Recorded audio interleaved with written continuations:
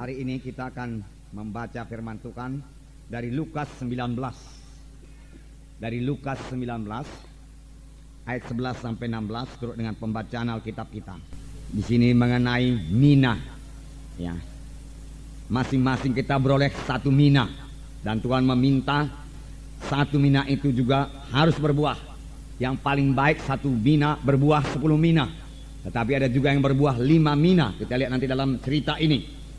Marilah kita sama-sama membaca dalam Lukas 19 ayat 11 sampai 27. Mari. Untuk mereka yang mendengarkan dia di situ, Yesus melanjutkan perkataannya dengan suatu perumpamaan, sebab ia sudah dekat Yerusalem dan mereka menyangka bahwa kerajaan Allah akan segera kelihatan. Maka ia berkata, ada seorang bangsawan berangkat ke sebuah negeri yang jauh untuk dinobatkan menjadi raja di situ, dan setelah itu baru kembali. Ia memanggil 10 orang hambanya dan memberikan 10 mina kepada mereka, katanya, pakailah ini untuk berdagang sampai aku datang kembali. Akan tetapi orang sebangsanya membenci dia, lalu mengirimkan utusan menyusul dia untuk mengatakan, kami tidak mau orang ini jadi raja atas kami.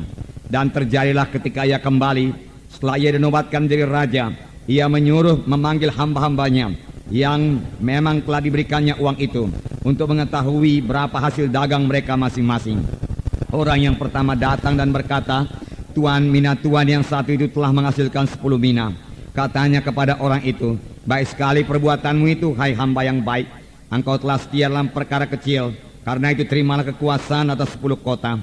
Datanglah yang kedua dan berkata, Tuan, mina Tuan telah menghasilkan 5 mina. Katanya kepada orang itu, dan engkau kuasailah 5 kota. Dan hamba yang ketiga datang dan berkata, Tuan, inilah mina Tuan, aku telah menyimpannya dalam sabut tangan, sebab aku takut akan Tuan, karena Tuan adalah manusia yang keras. Tuan mengambil apa yang tidak pernah Tuan taruh, dan Tuan menuai apa yang tidak Tuan tabur. Katanya kepada orang itu, hai hamba yang jahat, aku akan menghakimi engkau menurut perkataanmu sendiri. Engkau sudah tahu bahwa aku adalah orang yang keras, yang mengambil apa yang tidak pernah aku taruh, dan menuai apa yang tidak aku tabur. Jika demikian, mengapa uangku itu tidak kau berikan kepada orang yang menjalankan uang? Maka sekembaliku aku dapat mengambilnya serta dengan bunganya. Lalu katanya kepada orang-orang yang berdiri di situ, ambillah mina yang satu itu daripadanya dan berikanlah kepada orang yang mempunyai 10 mina itu. Kata mereka kepadanya, Tuan, ia sudah mempunyai 10 mina. Jawabnya, aku berkata kepadamu, setiap orang yang mempunyai, kepadanya akan diberi. Tetapi siapa yang tidak mempunyai, daripadanya akan diambil apa yang ada padanya. Akan tetapi semua seteruku itu yang tidak suka aku menjadi rajanya, bawalah mereka kemari dan bunuhlah mereka di depan mataku. Nah, jadi kita melihat di sini seorang bangsawan pergi ke negeri yang jauh untuk dinobatkan menjadi raja. Sebelum dia pergi, saudaraku, dia memanggil 10 orang hambanya dan dia mengambil 10 mina. Masing-masing hamba beroleh 1 mina. Tidak berapa lama kemudian bangsawan ini kembali dan dia meminta supaya masing-masing memberi pertanggungjawaban tentang mina yang diberikannya kepada mereka. Karena pada waktu bangsawan itu memberikan mina itu, dia berkata kepada hamba-hambanya itu, berdaganglah dengan uang mina ini sampai aku kembali. Kemudian dia datang dan dia bertanya dan minta pertanggungjawab tentang mina yang telah dia berikan itu. Hamba yang seorang datang dan berkata, Tuan, mina Tuan yang saat itu telah menjadi 10 mina. Dan dia berkata, baiklah hai hambaku, engkau akan berkuasa atas 10 kota. Yang lain datang lagi dan berkata, mina Tuan yang saat itu telah menjadi 5 mina. Aku telah memperoleh 5 mina daripadanya. Dan Tuan itu berkata, engkau akan berkuasa atas 5 kota. Tetapi yang beroleh 1 mina, dia berkata, inilah mina Tuan, aku tidak berdagang. Aku simpan mina Tuan dalam sapu tangan ini, dia katakan. Dan Tuan itu menghukum orang yang beroleh 1 mina itu. Nah, saudara yang kasih dalam nama Yesus, jadi masing-masing beroleh 1 mina. Tidak seperti talenta. Dalam perumpamaan talenta beberapa waktu yang lalu, kita melihat bahwa satu orang diberikan 5 talenta, yang lain 2 talenta, yang lain 1 talenta. Tapi dalam hal perumpamaan mina ini, masing-masing beroleh 1 mina. Dan Tuhan juga masih menuntut, saudaraku, supaya 1 mina ini juga berbuah. Sama sebagaimana talenta itu berbuah. talenta daripada Tuhan, mina pun daripada Tuhan. Hanya talenta itu, saudaraku, gambaran kesanggupan kita. Kesanggupan kita juga datang daripada Tuhan. Talenta itu gambaran karunia kita. Mina ini, saudaraku, adalah gambaran keselamatan kita. Semua kita beroleh satu mina. Semua kita sudah selamat. Semua kita sudah lahir baru, saudaraku. Nah, sekarang ini, saudaraku, sudah selamat. Tuhan minta satu mina itu berbuah. Sesudah selamat, Tuhan minta keselamatan kita itu berbuah. Apakah buah daripada keselamatan, saudaraku? Kalau mangga, buahnya mangga, saudaraku. Kalau durian, buahnya durian. Kalau pohonnya durian, buahnya durian. Kalau orang selamat, buahnya orang selamat, saudaraku. Kalau mina, buahnya mina, saudaraku. Tuhan minta satu mina paling sedikit, saudaraku. Firman Tuhan berkata dalam buku Efesus 4 ayat 11 dan 12, semua kita ini harus melayani, saudaraku. Tidak ada yang tidak melayani. Jadi semua kita harus ambil bagian, saudaraku, dalam pelayanan. Dalam Efesus 4 ayat 11 saya bacakan, dan ialah yang memberikan baik rasul-rasul maupun nabi-nabi, baik pemberita-pemberita Injil maupun gembala-gembala dan pengajar-pengajar, untuk memperlengkapi orang-orang kudus bagi pekerjaan pelayanan, bagi pembangunan tubuh Kristus. Di sini ia, yaitu Tuhan sendiri, telah memberikan kepada jemaatnya, telah memberikan kepada gereja lokal. Apakah itu? Nabi-nabi, guru-guru, rasul-rasul, gembala-gembala, penginjil-penginjil. 5 tugas pelayanan, saudaraku. Tugas pelayanan yang utama 5, saudaraku. Apakah gunanya mereka ini diberikan Tuhan? Di sini dikatakan untuk memperlengkapi orang-orang kudus, untuk memperlengkapi saudara dan saya. Untuk apakah saudara dilengkapi? Firman Tuhan ini berkata, untuk memperlengkapi orang-orang kudus bagi pekerjaan pelayanan, bagi pembangunan tubuh Kristus, bagi pekerjaan pelayanan, bagi pembangunan tubuh Kristus. Nah, saudara, jadi saudaraku, kita semua melayani untuk membangun tubuh Kristus. Kita ikut dalam membangun tubuh Kristus. Nah, saudaraku yang kasih dalam nama Yesus, tubuh Kristus. Ya, kita inilah anggota tubuh Kristus. Anggota tubuh Kristus, saudaraku, semuanya berfungsi. Tidak ada yang tidak berfungsi. Saudaraku, tidak ada yang tidak berfungsi. Nah, dengan demikian, saudaraku, sidang ini dibangun kalau semua kita ikut berfungsi, saudaraku. Ada, saudaraku, ya anggota tubuh Kristus yang tidak berfungsi, saudaraku. Ini merupakan tubuh Kristus yang tidak aktif. Misalnya, saudaraku, hanya pendeta saja atau penginjil saja yang melayani, saudaraku. Anggota tubuh Kristus jadi penonton saja, pendengar saja, saudaraku. Ini tubuh Kristus yang bukan menurut kehendak Tuhan dan tidak alkitabiah, saudaraku. Itu tubuh Kristus yang tidak aktif, saudaraku. Semua kita punya pelayanan masing-masing. Sekarang saudara bertanya, di manakah tempat saya dalam tubuh Kristus? Di manakah pelayanan saya dalam tubuh Kristus? Saya mau melayani, tapi di manakah tempat saya? Di manakah pelayanan saya? Saudaraku, Roh Kudus, saudara. Yang perlu bagi saudara, yaitu terus tekun mengikut Tuhan. Rajin membaca Alkitab, rajin berdoa. Kemudian saudara akan mengetahui di mana saudara yang cocok untuk pelayanan ini, saudaraku. Di manakah tempat saudara dalam pelayanan ini, saudaraku. Nah, saudara, di dalam gereja-gereja yang tradisional juga Roh Kudus sudah mulai bekerja, saudaraku. Sayang di sana, saudaraku, tidak diberikan, saudaraku, kebebasan kepada Roh Kudus. Dan saudaraku, beberapa orang di antaranya, saudaraku, sudah selamat, saudaraku. Lalu yang selamat ini menjadi sangat bersemangat, saudaraku. Dan saudaraku, banyak teman-temannya di gereja itu yang belum selamat. Tapi yang selamat ini menjadi sangat bersemangat pun, saudaraku. Lalu dia mau teman-temannya juga sampai kepada keselamatan. Apakah dia perbuat? Dia mulai membentuk saudara kumpulan-kumpulan, saudaraku. Dia mulai membangun pelayanannya sendiri, saudaraku. Lalu terbitlah apa yang kita katakan persekutuan doa, saudaraku. Sayangnya persekutuan doa ini, saudaraku, ya kurang pimpinan, saudaraku. Sayangnya persekutuan doa ini, saudaraku, ya sangat bebas, saudaraku. Ya. Sayangnya persekutuan doa ini tidak punya visi dan goal yang jelas, saudaraku. Sesudah selamat, kemana jiwa-jiwa itu dibawa, saudaraku? Dan akhirnya, saudaraku, persekutuan doa itu banyak bubar begitu saja, banyak mati demikian saja, saudaraku. Ya, saudaraku, sedikit banyaknya, saudaraku, kita sudah mengalami. Kamilah saya katakan sudah mengalami persekutuan doa yang interdenominasi itu, saudaraku. Ya, saudaraku, tidak salah kepada orang yang bersemangat itu, tapi dia kurang mengerti pimpinan Tuhan, mengerti jalan Tuhan, saudaraku, pada akhir zaman ini.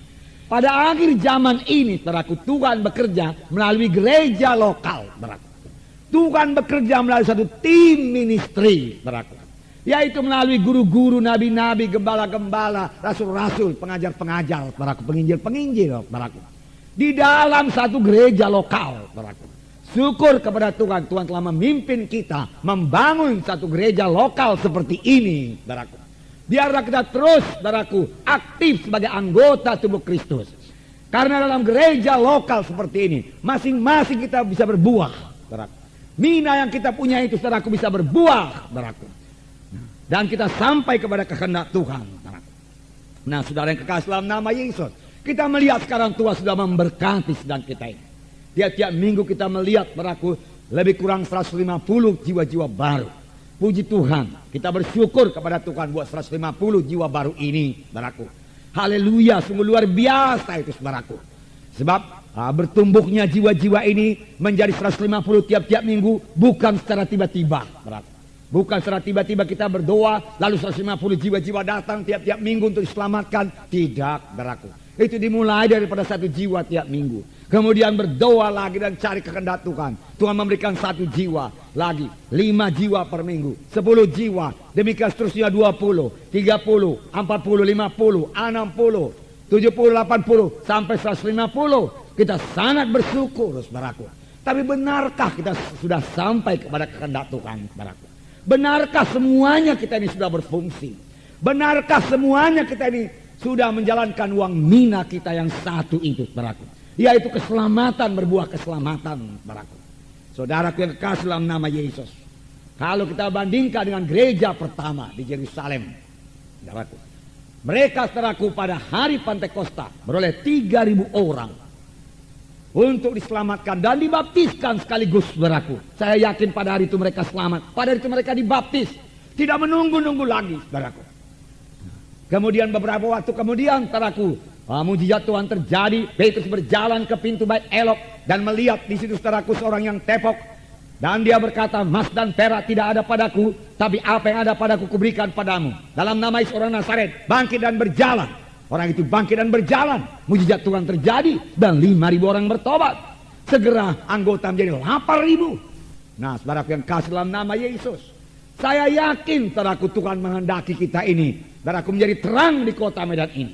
Saya yakin Tuhan menghendaki lebih 150 jiwa tiap-tiap minggu, lebih 200 jiwa tiap-tiap minggu. Apalagi pada akhir zaman ini, saudaraku. Yesus akan segera datang, saudaraku. Tuaian zaman akhir sudah mulai berlangsung, maka sudah berlangsung. Waktu-waktu tinggal sedikit, saudaraku.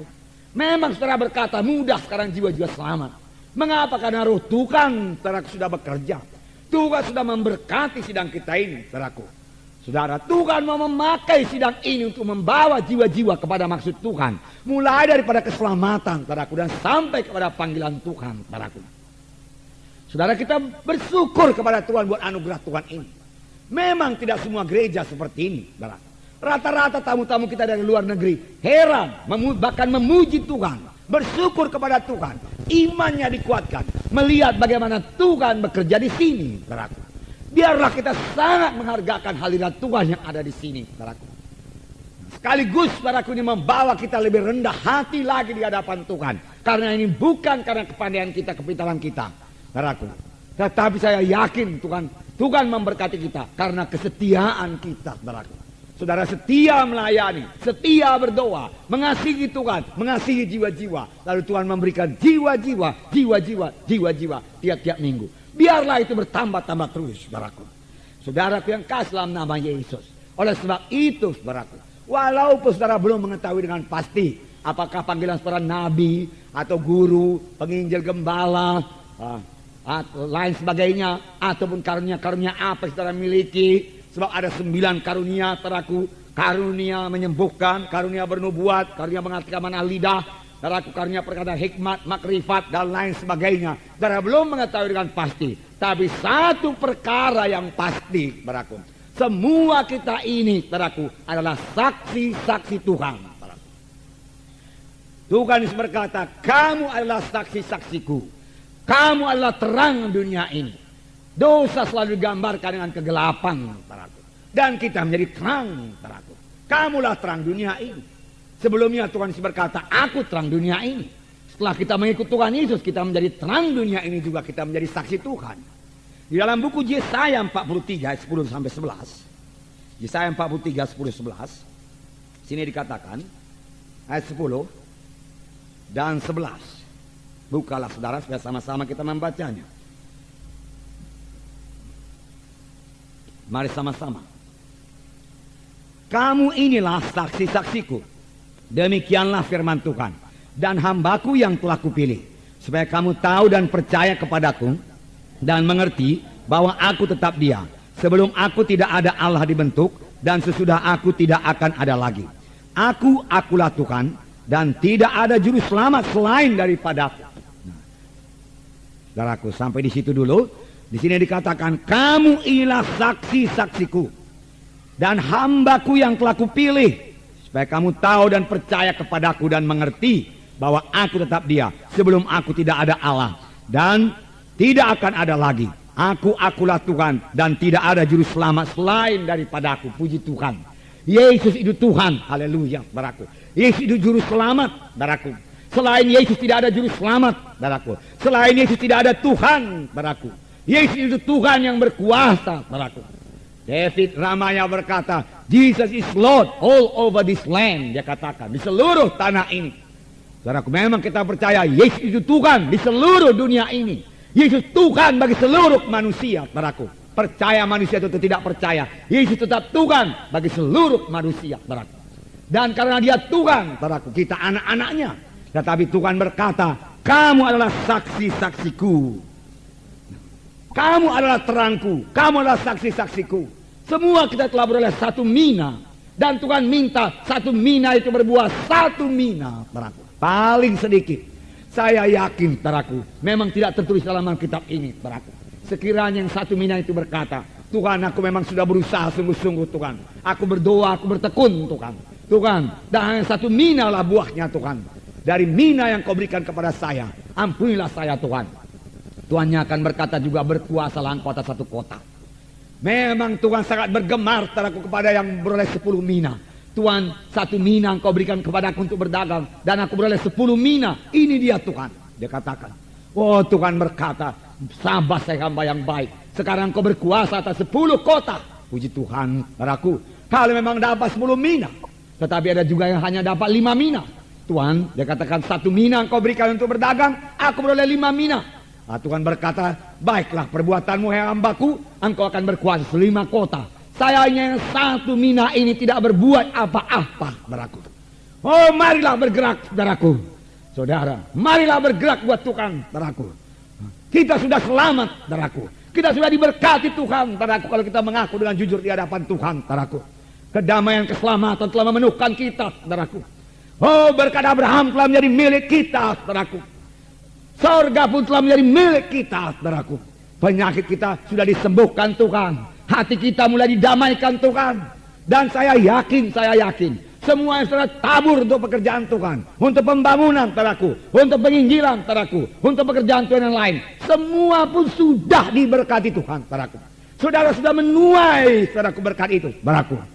Saudara sudah memiliki berkat keselamatan. Berkat kesembuhan, saudaraku. Berkat anak-anak Abraham, saudaraku. Termasuk berkat materi, saudaraku. Damai dalam rumah tangga, saudaraku. Sekarang apa kita berbuat buat Tuhan, saudaraku? Tidakkah kita rindu orang lain juga mengalami hal yang sama, saudaraku? Karena apa yang kita terima itu merupakan anugerah Tuhan semata-mata. Tidakkah hati kita jatuh kasihan, saudaraku? Tergerak oleh belas kasihan melihat jiwa-jiwa di luaran sana, saudaraku, yang masih bergelimang dalam dosa, saudaraku. Tidakkah kita rindu, saudaraku, famili-famili kita, saudara-saudara kita, saudaraku, keluarga kita, saudaraku, bahkan orang-orang lain yang tidak kita kenal, saudaraku, mengenal Yesus sebagai Tuhan dan Juru Selamatnya, saudaraku. Saudara, bukankah Yesus mati buat mereka semuanya, saudaraku? Dan keselamatan sudah sedia. Sungguh-sungguh sudah sedia. Saudaraku, beberapa waktu yang lalu hari Jumat kita memperingati hari kematian Tuhan Yesus. Untuk apakah Yesus mati? Untuk orang Yahudi sajakah Yesus mati, saudaraku? Tidak, saudaraku. Yesus mati bukan untuk orang Yahudi saja. Yesus mati bukan untuk orang Israel saja. Yesus mati di kayu salib untuk segenap manusia dari segala bangsa, suku dan bahasa. Mulai daripada Adam sampai manusia terakhir nanti lahir ke dunia ini sebelum dunia ini kiamat, saudaraku. Darah Yesus yang tercurah di kayu salib Golgota sanggup untuk menyucikan semua dosanya. Dan Tuhan sendiri berkata, aku tidak ingin seorang pun binasa. Aku tidak ingin seorang pun ke neraka. Tetapi aku mau supaya semuanya sampai kepada pertobatan. Supaya sampai kepada pertobatan. Saudara yang kekasih dalam nama Yesus. Bagaimanakah jalannya saudara supaya mereka bertobat? Tuhan Yesus sudah di sorga. Dahulu waktu Tuhan Yesus di bumi ini, Dia yang mengabarkan Injil. Dia yang berjalan ke sana kemari, saudaraku. Dia kabarkan Injil dari kota ke kota. Firman Tuhan berkata, Yesus berjalan mengelilingi segala kota dan desa dan memberitakan Injil di mana-mana dan menyembuhkan orang sakit, melepaskan orang terikat, memberi penglihatan pada orang buta, orang tembok berjalan dan lain sebagainya. Itulah pelayanan Tuhan Yesus. Sekarang Tuhan Yesus sudah di sorga. Siapakah yang dipakai Tuhan? Tidak lain saudaraku daripada anggota tubuhnya juga untuk melayani saudaraku. Tidak lain daripada saudara dan saya. Saya dipakai Tuhan, saudara dipakai Tuhan, saudaraku, untuk mengabarkan Injil kasih karunia Tuhan ini, saudaraku. Saudaraku yang kekasih dalam nama Yesus. Sebab semuanya kita harus berbuah, saudaraku. Ya, kita rindu mereka selamat, saudaraku. Nah, sekarang bagaimana? Keselamatan memang sudah sedia, saudaraku. Cukup bagi mereka.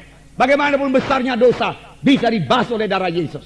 Tapi Roma 10 berkata, mereka belum bisa selamat sebelum mereka percaya. Bagaimanakah mereka percaya kalau tidak ada yang memberitakan?